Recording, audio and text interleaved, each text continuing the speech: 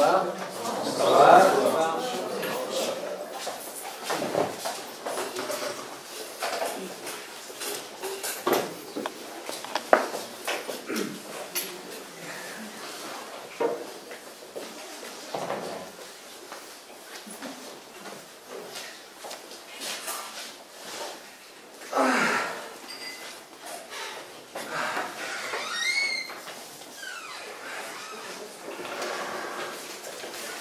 La retraite, c'est le pied.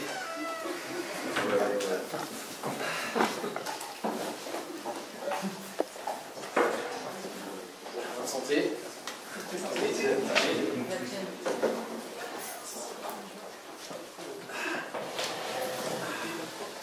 Alors si je vous ai invité ce soir dans mon petit salon, c'est parce que j'ai 32 ans et je suis retraité. Je vais fêter dans une semaine 4 ans de départ à la retraite. Alors bon, j'ai pas mal d'amis qui m'ont demandé comment tu vas faire pour les annuités, tout ça, est-ce que tu as suffisamment travaillé? Et puis maintenant que j'ai du temps, j'ai lu, j'ai pris le temps de réfléchir et je me suis beaucoup posé la question de c'est quoi ce travail? Qu'est-ce que c'est le travail? Alors avant de commencer la conf gesticulée, je vais vous demander quelque chose. Alors, maintenant que je suis retraité, vous comprenez que tout est plus lent, tout est plus calme. Donc je prends mon temps. Je vais prendre 3 exemples pour qu'on définisse ensemble qu'est-ce que c'est le travail. Le premier exemple, c'est nous sommes le 4 septembre de l'année je ne sais plus combien, j'ai 7 ans, je vais au CP. J'ai un sac à dos qui pèse plus lourd que moi sur le dos. Est-ce que d'après vous, ça, d'aller à l'école, c'est du travail? Oui. Oui. Alors oui, Marie-Cy, pourquoi? C'est un effort musculaire. C'est un effort musculaire. Et intellectuel. Et intellectuel. Ok. Et un rythme horaire. Et un rythme horaire. Oui, mais pas rémunéré. Mais pas rémunéré. Mais ça, c'est pour écolier. J'ai un deuxième exemple, c'est ma maman. Ma mère. Alors ma maman, en plus d'être prof à mi-temps, elle faisait, comme la plupart des femmes de sa génération, et d'ailleurs de ma génération et des générations d'avant, la cuisine, la vaisselle, le ménage, la lessive, les courses. Est-ce que ça, d'après vous, c'est du travail? Oui. Oui. Là, le oui collectif. Ça, c'est clair. Bon, c'est du travail, ok. Le dernier exemple, c'est moi, ici et maintenant, avec mon verre de, disons, de jus d'orange. Est-ce que je suis en train de travailler ici et maintenant, d'après vous? Oui. Non. Alors, il y a du oui, du non. Alors, peut-être quelqu'un qui pense que non. Allez, oui. Alors, un oui ici, pourquoi? Allez, oui. On peut soutenir. Parce que j'ai été payé pour le faire. Parce que j'ai été payé pour le faire. Donc ça sera un oui. D'accord. Est-ce qu'il y a quelqu'un qui pense que je ne travaille pas hier? J'ai entendu des noms, allez-y. Hein. C'est de la rigolade. C'est de la rigolade, ok. C'est du militantisme. C'est du militantisme. C'est pas un travail. C'est pas un travail, ok. Vous respirez le plaisir par la sueur. Ah, je respire le plaisir, pas la sueur, donc ça serait pas un travail. Oui, Oui et non. oui et non. Ah, oui et non. Ouais. Oui, non, Vous parce donnez de qu'en fait, votre temps, donc c'est un travail. Je donne de mon temps, c'est un travail, ouais.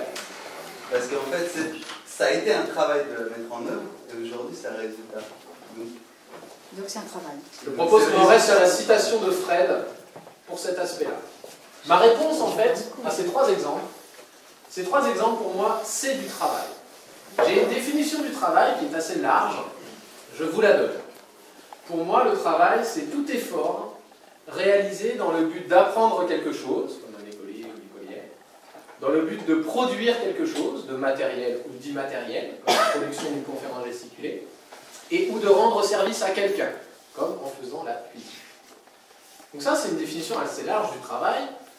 Dans cette définition, il y a une catégorie très particulière de travail qui s'appelle l'emploi. L'emploi, pour moi, comment je vais utiliser l'emploi ce soir, c'est le travail marchand, c'est-à-dire le travail qui est vendu à un tiers, vendu par exemple à une entreprise.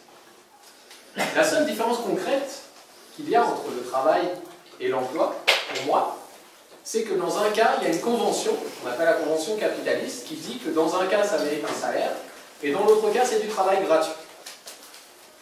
Mais là, comme dirait M. Bernard Friot, dont vous avez peut-être entendu parler, la valeur d'usage est la même, c'est-à-dire, Si je produis cette conférence gesticulée en me faisant payer, ou si je produis cette même conférence gesticulée gratuitement, c'est la même conférence gesticulée. La valeur d'usage pour les personnes qui sont ici est la même. Par contre, dans un cas, on a décidé que c'était payé, dans l'autre cas, on a décidé que ce n'était pas payé.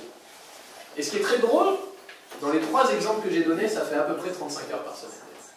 35 heures par semaime de cours pour les écoliers et les écolières, 35 heures par semaine de cours de travail invisibilisé, domestique des femmes à la maison. C'est 14h45 par jour en moyenne en France, en 2010, et 35 heures à peu près par semaine pour moi, pour préparer cette conge gesticulée, comme l'a mentionné Fred, qui prépare également une conge gesticulée, donc il sait le boulot qu'elle fait en amont. Voilà, donc, je ne sais pas si j'ai pas marqué le titre, mais le titre de cette conge gesticulée, c'est Travail libre, revenus de base et autres révolutions. Donc avant de commencer la conf, pour moi c'est important de définir les mots, donc on a défini travail. Qu'est-ce que c'est travail libre? Alors moi je m'estime travailleur libre. Pourquoi? Parce que j'ai aucune contrainte qui me force à être devant vous ce soir. J'ai pas de contrainte économique, dans le sens où pour l'instant cette conge gesticulée me coûte plus de sous qu'elle ne me rapporte. C'est pas une contrainte, c'est même dans l'autre sens. Et j'ai pas de contrainte sociale qui me dit tu dois faire une conférence gesticulée. Alors tout a commencé quand j'ai redoublé ma première section de maternelle. En fait, je dormais trop. J'avais commencé l'école à 2 ans. J'avais commencé en avance. Je dors trop, hop, je repars. Donc j'avais l'âge normal. Puis après, j'ai ressauté une classe. J'ai fait CE1, CE2 en même temps. Dommage, parce que l'institutrice que j'adorais, du coup, je l'ai eu qu'1 an. Et la mère urbe que je ne pouvais pas saquer, je l'ai eu 2 ans. Bon, c'est comme ça. Donc voilà, ma scolarité, ça marchait bien à l'école. J'avais un contrat avec mes parents. Je suis fils de prof. J'avais un contrat avec mes parents, c'est tant que j'avais 15 de moyenne. En gros, ça allait. Ils me foutaient la paix, ils me faisaient réviser de temps en temps, c'était nickel. De temps en temps, je suis passé en dessous du 15. Ils sont venus, je suis repassé au-dessus du 15. Ça a été bien. Donc voilà, je suis arrivé en S, je suis arrivé en première, je ne savais pas quoi faire, donc j'ai fait S. Parce que en France, des bons élèves font S. Ensuite, au bac, je ne savais pas quoi faire, donc j'ai fait classe prépa. Voilà, en France, les bons élèves, ils font classe prépa. À la fin de la classe prépa, je ne savais toujours pas quoi faire, j'ai fait école d'ingénieur en agriculture. Bon ben voilà, c'était le classement que je pouvais avoir. Donc voilà, à 23 ans, j'avais mon diplôme d'ingénieur des travaux agricoles. Et je ne savais pas ce que je voulais faire de ma vie, donc j'étais prêt pour mon premier emploi. Alors mon premier emploi, c'était dans une ONG, une organisation non gouvernementale. Je suis donc parti au Sri Lanka. Après le tsunami de 2004, je suis parti en humanitaire d'urgence. Mon travail là-bas, en fait, ça consistait à avoir 400 000 € dans les mains et à les distribuer à des travailleurs et des travailleuses journaliers pour déblayer les débris de tout ce qui avait été détruit. J'ai appris vraiment beaucoup de choses là-bas, sur moi, sur le monde, et ça a pas mal renversé mes certitudes. Bon, notamment, je me suis rendu compte qu'un gouvernement bouddhiste pouvait être très violent envers une minorité qui s'appelle les Tamouls, les Tigres Tamouls notamment. Je me suis rendu compte que des gens qui avaient tout perdu, qui n'avaient plus de maison, qui n'avaient plus d'argent, et surtout qui n'avaient plus de famille, en fait, c'est eux qui me remontaient le moral. Moi, j'étais déprimé, j'en pouvais plus, je bossais 14 heures par jour, j'étais malade, j'étais pas bien, c'était loin de ma famille, c'était dur. En même temps, c'était génial, mais c'était vraiment dur. C'est eux qui me remontaient le moral, eux et elles qui n'avaient plus rien. En tout cas, matériellement, ils n'avaient plus rien, et certaines et certains d'entre eux n'avaient même plus de famille. Là, ça a retourné pas mal mon mode de pensée. Et aussi, je me suis rendu compte, mais qu'après coup, qu'en fait, un blanc de 23 ans, qui est le chef de 1500 personnes de couleur, en fait, ça s'appelle du colonialisme. Et c'est un mécanisme de domination. Et du coup, j'apporte des chichis à un copain voilà, qui est avec le chariot. Et il avait besoin de monnaie, donc du coup j'ai pris son pot et je suis allé au casino de Pontaillac qui était sur la plage. Et donc, quand j'ai débuté comme enseignante, vous m'aviez inspecté au mois de juin dans un CP à Vandel. Et bien sûr, ça s'était très mal passé, me dit-il. Je dis oui, ça s'était très mal passé. l'après-midi. Ah bah oui, des mentions de Ouais, enfin normalement, enfin, je sais pas si tu connais un peu le scoutisme. Je connais pas bien, non. Ok, bah bon, on les divise par âge, on les divise par sexe aussi, jusqu'à un certain âge. Moi je travaille avec des enfants où on commence à les mixer, quoi. D'accord. Et on fait à peu près la fête, quoi, de temps en temps, on allume un feu et on reste jusqu'à 2h du mat. Alors là, ma proposition, mais on peut faire autrement, hein, mais moi ce qui me paraissait intéressant, c'est que chacune et chacun, en fait, on essaye du coup de s'approprier de la parole de la personne qui nous a voilà, offert son récit pour le retransmettre. Plusieurs années après, elle a revu l'inspecteur en fait, et elle a parlé un peu avec lui. 40 ans après. 40 ans après, quelques années. Voilà, et en fait, l'inspecteur lui a dit que en fait, à cette époque-là, il était un peu fou et il s'est excusé, quoi, donc ça fait du bien, quoi. Voilà. Ces vendeurs lui avaient demandé d'aller chercher de la monnaie au casino à côté.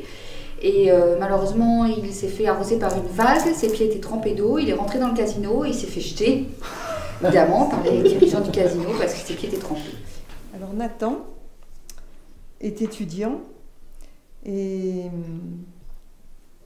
enfant d'enseignant lui aussi. Lui aussi, pardon, à qui? Je pense à quelqu'un. Il s'est trouvé un peu sous pression scolaire alors qu'il n'a pas forcément envie de suivre la filière que l'école ou que ses parents veulent lui faire suivre. Donc ça fait 2 ans, elle était employée chez un grossiste. Et en revenant de vacances du 15 août, elle s'est trompée, elle est revenue 2 jours trop tard. Et elle a été licenciée pour faute grave à cause de ça. Et ce qui l'a le plus marqué, c'est qu'aucun de ses collègues l'a prévenue le jour où elle devait rembaucher pour lui dire comment ça se fait que t'es pas là, etc. Ce qui aurait pu éviter le licenciement.